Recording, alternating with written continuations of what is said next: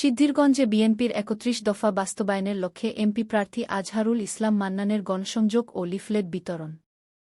সিদ্ধিরগঞ্জ, নারায়ণগঞ্জ থেকে এস.এম. মনির হোসেন এর রিপোর্ট।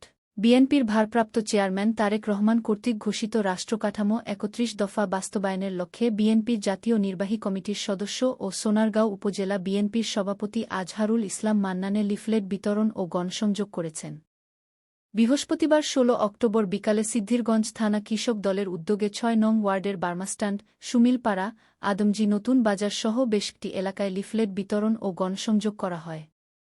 এতে উপস্থিত ছিলেন নারায়ণগঞ্জ জেলা যুবদলের সিনিয়র যুগ্ম আহ্বায়ক খায়রুল ইসলাম সজীব, নারায়ণগঞ্জ মহানগর কৃষক দলের সাধারণ সম্পাদক সাইফুদ্দিন মাহমুদ ফয়সাল, নারায়ণগঞ্জ জেলা শ্রমিক দলের সাধারণ সম্পাদক মোহাম্মদ মুজিবুর রহমান, সোনারগাঁও উপজেলা বিএনপির প্রচার সম্পাদক মোহাম্মদ সেলিম হোসেন দীপু, নারায়ণগঞ্জ জেলা কৃষক দলের যুগ্ম আহ্বায়ক ফজলু মেম্বার, সিদ্ধিরগঞ্জ থানা কৃষক দলের আহ্বায়ক জসিম উদ্দিন, সোনারগাঁও উপজেলা বিএনপির নেতা মাসুম রানা, নারায়ণগঞ্জ সদর থানা ছাত্রদলের সাবেক আহ্বায়ক কাজী নাহিসুল ইসলাম সাদ্দাম, মহানগর কৃষক দলের যুগ্ম আহ্বায়ক সবুজ, সিদ্ধিরগঞ্জ থানা কৃষক দলের যুগ্ম আহ্বায়ক হাসান আল মামুন, বাবু, ইকবাল, গোলজার, রবিন, রানা, পরাগ, সবুজ, তারেক, রাতুলসহ ১০টি ওয়ার্ডের কৃষক দলের বিভিন্ন নেতৃবৃন্দ।